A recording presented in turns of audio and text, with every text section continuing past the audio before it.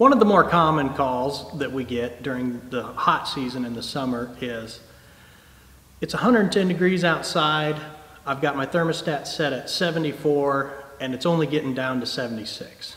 Is that normal? A lot of times that is normal. Air conditioning was actually designed to keep your house at 78 degrees. So trying to go below that on the hottest days sometimes just isn't feasible. If it's keeping it just within a few degrees during the hottest point of the day, the good news is, as soon as the sun starts to go down, it will probably catch up quickly.